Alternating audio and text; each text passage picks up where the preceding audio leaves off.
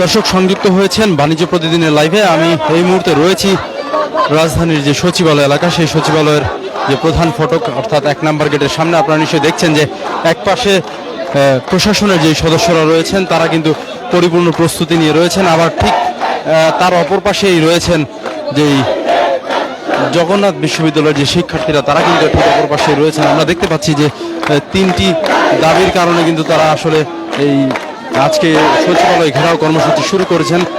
মূলত হচ্ছে তাদের যে দ্বিতীয় ক্যাম্পাসটি হওয়ার কথা রয়েছে কেরানীগঞ্জে, সেখানে সব ধরনের জমি বরাদ্দ থাকার পরেও কেন সেখানে কাজ করা হচ্ছে না এবং সেই কাজ সেনাবাহিনীর কাছে হস্তান্তর জন্য তারা দাবি তুলছেন।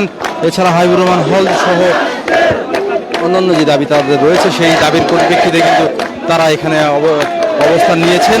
ঠিক সচিবালয়ে যে প্রধান গেটের সামনেই কিন্তু তারা এখানে অবস্থান নিয়েছেন। অবস্থান নিয়ে তাদের যে কর্মসূচি, বিক্ষোভ কর্মসূচি, সেই বিক্ষোভ কর্মসূচি কিন্তু তারা চালিয়ে যাচ্ছেন। আমরা দেখতে পাচ্ছি যে দ্বিতীয় ক্যাম্পাসের কাজ সেনাবাহিনীকে হস্তান্তর ও অস্থায়ী আবাসনের দাবিতে যে গণ অনশন, সেই গণ অনশন লক্ষ্য বাস্তবায়নের জন্যই তারা কিন্তু আজকে সচিবালয়ের সামনে উপস্থিত হয়েছেন। আমরা দেখছি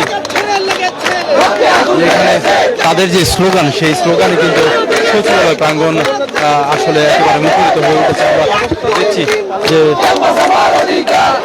ক্যাম্পাসের যে শিক্ষার্থীরা রয়েছেন সেই শিক্ষার্থীরা আসলে তাদের যে অধিকার, সেই অধিকারের দাবির পরিপ্রেক্ষিতে কিন্তু তারা এখানে জড়ো হয়েছে। আমরা দেখছি যে এখানে আসলে শিক্ষার্থীরা, জগন্নাথ বিশ্ববিদ্যালয়ের শিক্ষার্থীরা জড়ো হয়েছেন সচিবালয়ের সামনে, তারা তাদের বিক্ষোভ কর্মসূচি পালন করছেন। আমরা একজন শিক্ষার্থীর কাছে আমরা সংযুক্ত হব, তার কাছে জানতে চাইব যে আজকে মূলত কি জন্য তারা এখানে এই আন্দোলন বা সংগ্রামটি।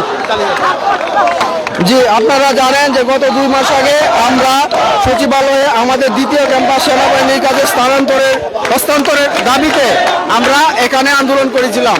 তারই পরিপ্রেক্ষিতে আমরা 2 মাস অপেক্ষা করেছি, কিন্তু 2 মাসের মধ্যে আমাদের ক্যাম্পাস এখনো সেনাবাহিনীর কাছে, দ্বিতীয় ক্যাম্পাসের কাছে সেনাবাহিনীর কাছে হস্তান্তরিত হয় নাই, যে কারণে আমরা পুনরায় সচিবালয় ঘেরাও করেছি। আপনারা জানেন যে জগন্নাথ বিশ্ববিদ্যালয় ঢাকার বুকে একটি অবহেলিত বিশ্ববিদ্যালয়। 20 বছরের বিশ্ববিদ্যালয় বয়স হওয়া সত্ত্বেও এখানে আমাদের কোনো আবাসনের সুবিধা নেই। একটি মাত্র হল আছে মেয়েদের জন্য, কিন্তু ছেলেদের জন্য কোনো আবাসিক ব্যবস্থা নেই। আমরা দীর্ঘদিন বঞ্চিত, অবহেলিত হয়ে আমরা প্রশাসনের দ্বারস্থ হয়েছি। আমরা চাই প্রশাসনের হস্তক্ষেপে অতি দ্রুত আমরা আমাদের এই সমস্যা থেকে উত্তরিত হতে, এবং আমাদের যে আজকে আন্দোলন সেটা হচ্ছে 3 দফা। আমরা আশা করি প্রশাসন আমাদের সেই 3 দফা মেনে নিয়ে আমাদের দাবি পূরণ করবে, জগন্নাথের পাশে দাঁড়াবে। আজকে যদি এই 3 দফা দাবি কোনো ঘোষণা বা কাঙ্ক্ষিত ফলাফল না আসার কারণে আজকে আমরা এই মুহূর্তে সচিবালয়ে অবস্থান করছি, এবং যতক্ষণ পর্যন্ত আমাদের সেই 3 দফা আদায় না হচ্ছে ততক্ষণ আমরা এখান থেকে যাব না। দর্শক, আপনারা শুনছিলেন যে আসলে একজন শিক্ষার্থীর সাথে আমরা আলাপ করছিলাম যে আসলে তাদের যেই দাবি, সেই দাবির কথাগুলি, যে এই যে সচিবালয় প্রাঙ্গণের ঠিক দ্বিতীয় গেটের সামনে কিন্তু এখানে পুলিশের যে সদস্যরা তারাও কিন্তু আসলে প্রস্তুতি নিয়ে রয়েছেন। যে কোনো ধরনের বিশৃঙ্খলাময় কোনো পরিবেশ যদি সৃষ্টি হয় সেটি কিন্তু রুখে দেওয়ার জন্য বাংলাদেশ পুলিশ বাহিনীর সদস্য যারা রয়েছেন তারাও কিন্তু সচিবালয়ের যে গেট, সেই গেটগুলো কিন্তু তারা সুরক্ষিত করছেন। এছাড়া আমরা দেখেছি যে সচিবালয় সড়কের অভিমুখে যেই সড়কটি, সেই সড়কে কিন্তু ব্যারিকেড দেওয়া হয়েছে। তারা কিন্তু সেখানে ব্যারিকেড দিয়ে কিন্তু যে শিক্ষার্থীদের যে প্রবেশপথে বাধার চেষ্টা করেছিলেন, কিন্তু শিক্ষার্থী কিন্তু সেটি উপচে আসলে সেই ব্যারিকেড প্রতিরোধ করে কিন্তু শিক্ষার্থীরা এখানে এসে অবস্থান হয়েছেন। আপনারা নিশ্চয়ই দেখছেন যে এই যে সচিবালয় প্রাঙ্গণ, এই সচিবালয় প্রাঙ্গণের ঠিক 1 নম্বর গেটের সামনে কিন্তু প্রায় হাজারো শিক্ষার্থীরা কিন্তু এখানে এসেছেন, তারা কিন্তু এখানে অবস্থান নিয়েছেন। তারা তাদের যে হলের দাবি অর্থাৎ আবাসন দাবি, একটি দীর্ঘদিনের দাবি ছিল, সেই দাবির প্রেক্ষাপটে কিন্তু আসলে শিক্ষার্থীরা এখানে এসেছেন, অবস্থান নিয়েছেন।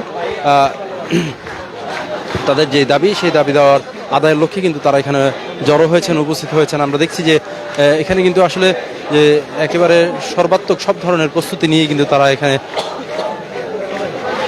জড়ো হয়েছেন, উপস্থিত হয়েছেন। আমরা একজন শিক্ষার্থীর কাছে জানার চেষ্টা করব যে মূলত আজকে যদি তাদের এই দাবি দেওয়া যদি মেনে নেওয়া না হয়, তাহলে আসলে পরবর্তীতে তারা কি ধরনের পদক্ষেপে যাবেন এবং এই সড়কে আসলে কতক্ষণ তারা অবস্থান করবেন। এই সড়কে যতক্ষণ না আমাদের দাবি দেওয়া পূরণ হচ্ছে ততক্ষণ অবস্থান করার চিন্তা ভাবনা আছে আমাদের। এখন পরবর্তী কর্মসূচি এটা আমাদেরকে পরে জানানো হবে আমাদের কর্তৃপক্ষ থেকে। আমরা এখন ফ্রেশার, আমি নিজে বলতে পারছি না আর কি। আমাদের বড় ভাইরা তিনটি দাবি হচ্ছে আমাদের সেকেন্ড ক্যাম্পাস লাগবে মূলত, এটা হচ্ছে আমাদের 70% আবাসন ব্যবস্থা করতে হবে আমাদেরকে। আরেকটা কি ভাই, যাই হোক আমাদের সেকেন্ড ক্যাম্পাস নিয়ে হচ্ছে মূলত যে আন্দোলনটা চলছে, সেই কারণে আজকে সচিবালয়ের এখানে আসা।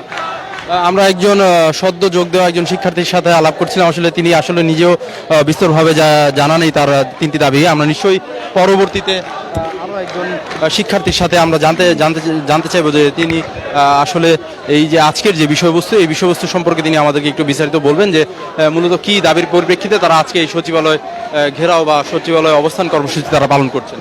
জি, আমাদের হচ্ছে মূলত তিনটি দাবি ছিল। এটা প্রথমে ছিল আমাদের বিশ্ববিদ্যালয় কর্তৃপক্ষের কাছে, কিন্তু দেখা গেছে যে ওনারা অনেক ব্যারিয়ার ছিল, যে প্রশাসনিক জটিলতা বা ইউজিসি এই অবস্থান কর্মসূচি চলমান থাকবে। শিক্ষার্থী আসলে আমাকে জানাচ্ছেন যে যতক্ষণ না পর্যন্ত তাদের দাবি দেওয়া মেনে না হয় ততক্ষণ পর্যন্ত কিন্তু তারা এই সচিবালয়ের সামনে তারা অবস্থান নেবেন, অর্থাৎ সচিবালয় ছেড়ে তারা